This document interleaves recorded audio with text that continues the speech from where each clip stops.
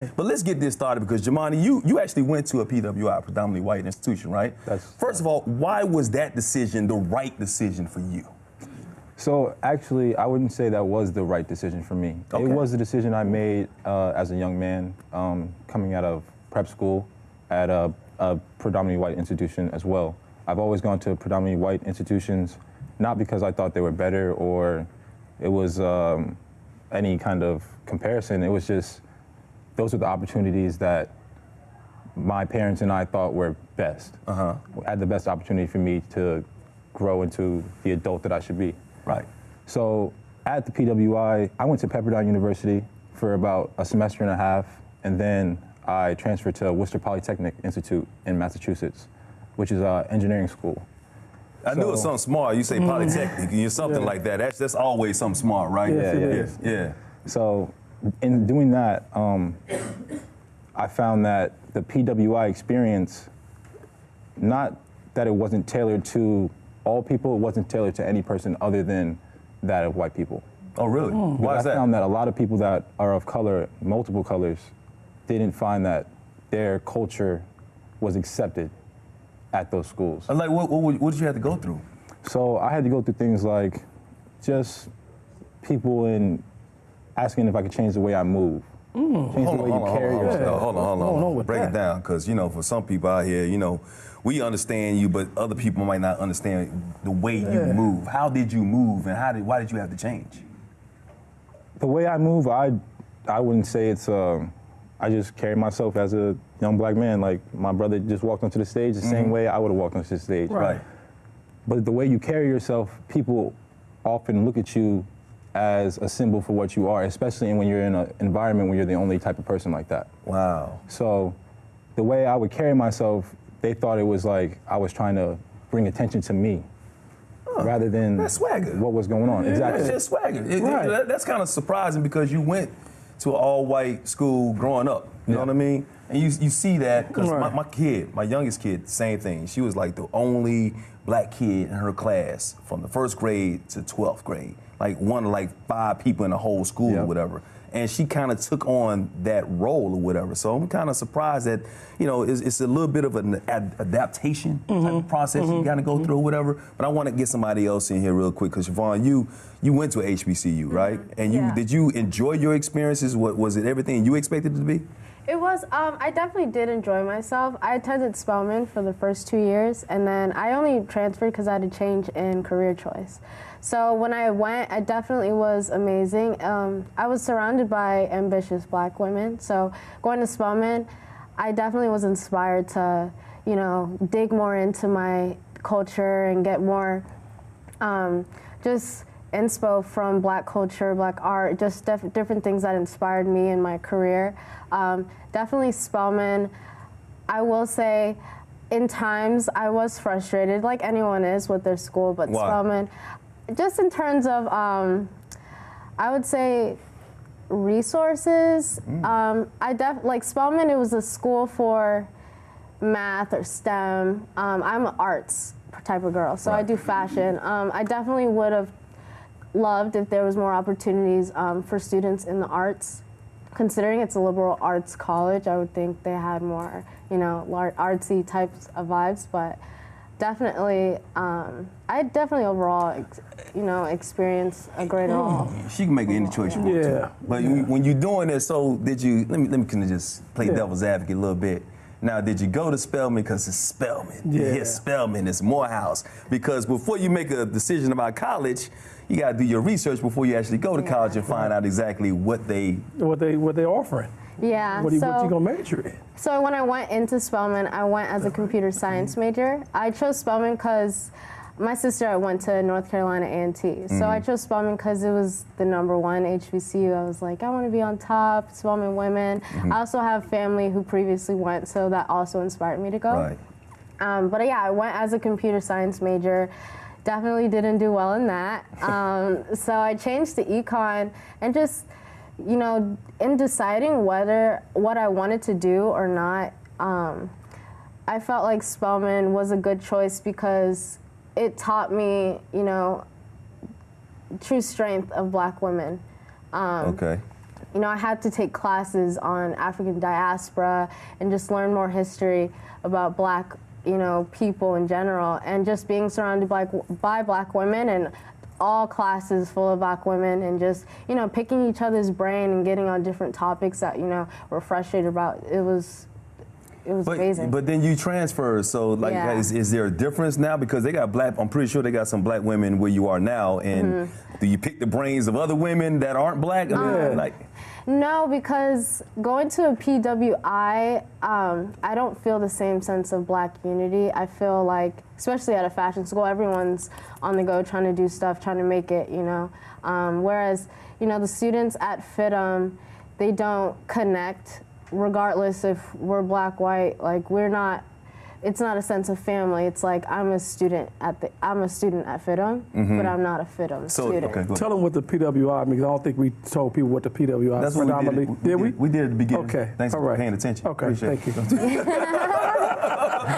It's about education and what, you know, I did a whole little thing. Yes, some of y'all don't know what PWI means. Yes. I'm just messing. Your earpiece was missing. But it was missing. Yeah, okay. But the camaraderie, you went basically to the HBCUs for the camaraderie or what? I went for the Black unity and just to overall feel, you know, honestly, to finally feel like myself. Growing up, going to PWIs, all of my schools, starting from kindergarten all the way through high school, I was the only Black girl in my class. You grew up in the suburbs? Yeah, I grew up in Northridge. That's the suburbs. Suburbs. I live in Northridge too. That's because I think he grew up in the suburbs too.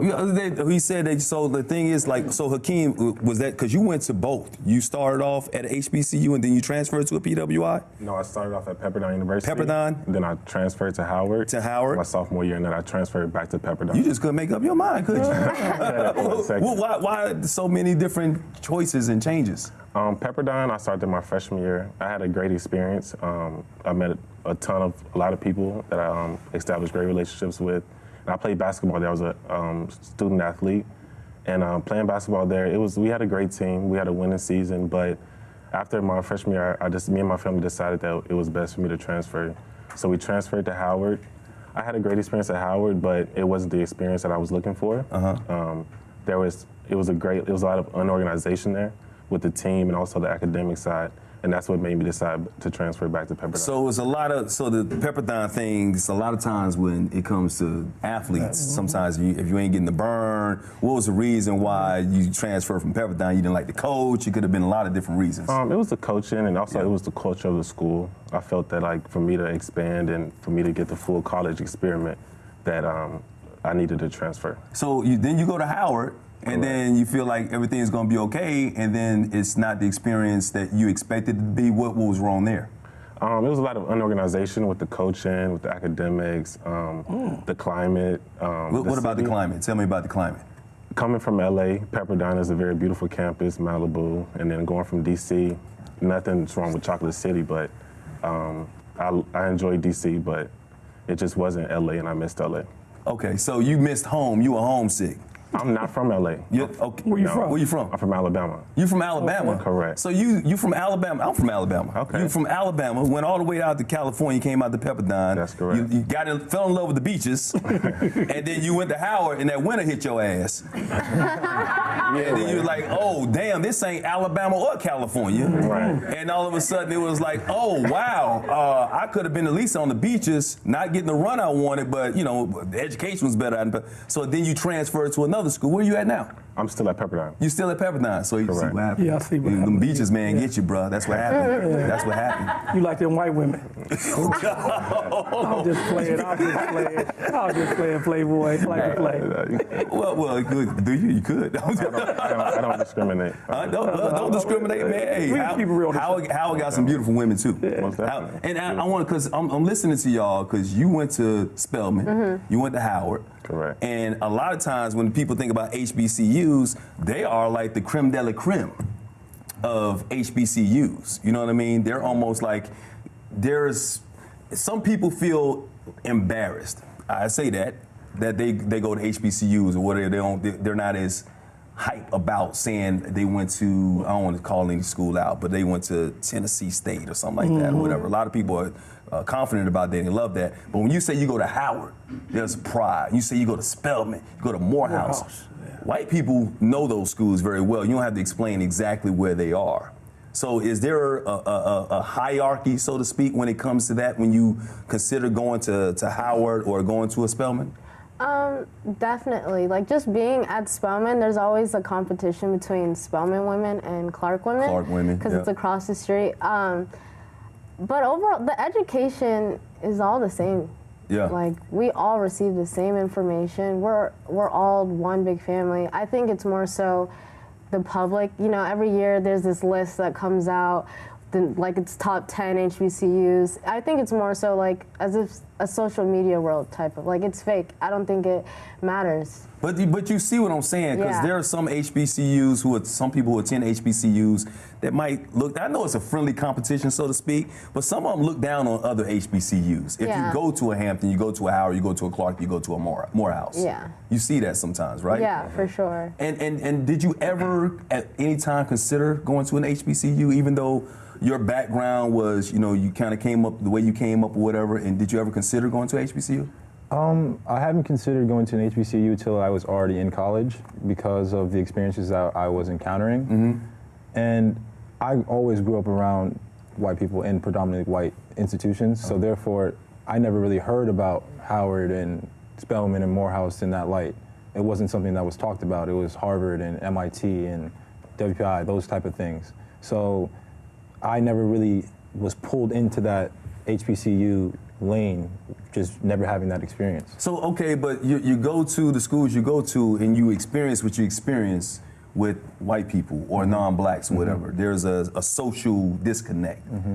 And you're hearing people talking about the sisterhood or the brotherhood that they experience being around people who look like them.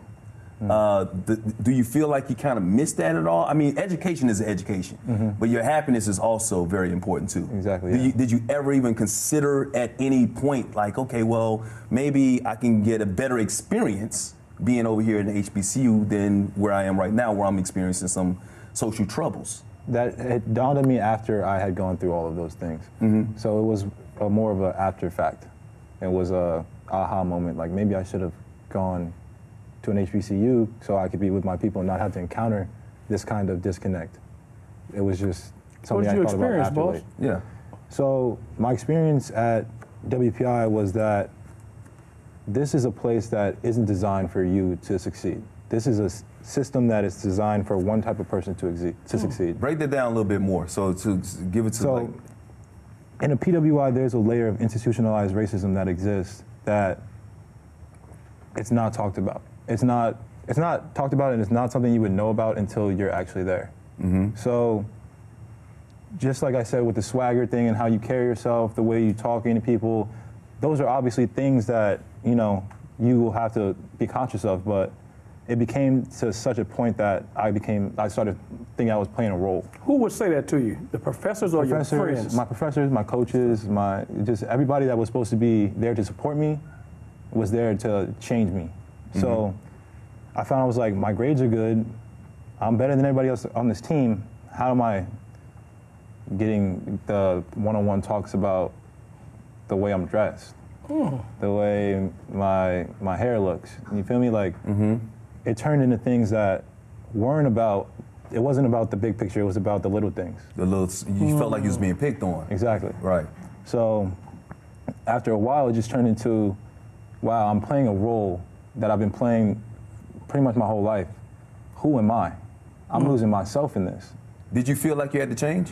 I felt like they wanted me to change. Did you, because I've experienced that myself in the real world, in corporate world. Where I almost felt like they were trying to condition me to be somebody I wasn't. Yeah. And you almost feel like you need to fit in. Yeah. Did you feel like you were starting to lose yourself and you started feeling in, you started conforming? Definitely, yeah, definitely. Did you have anybody ever, you know, even though you went to a PWI, did you have anybody you could talk to about this besides your parents? I had, my academic instructor was actually black, and I didn't know her until probably like halfway through my first year there. So I was really struggling with these things on my own, and then the other black people that were there were younger than me. So they were really looking to me for like, how do I deal with this? And I'm looking at them like, I have no idea. I'm still trying to figure it out. So it just turned into a climate that I didn't want to be a part of. It was too hard for me to be myself and still, you know, function. What was the final blow for you? What was the final thing that just made you say, I gotta roll out? My final blow, I was put on a project team with 2 other black students, and they were telling us, everybody's watching you, there's eyes on you guys, there's never been a group with 3 black people before, you guys gotta make this happen. And I was like, how do we turn into the black group when we were just a group trying to be working on a project, right? So like, just having to be the black, you feel me, like, that attached to you all the time, it becomes something.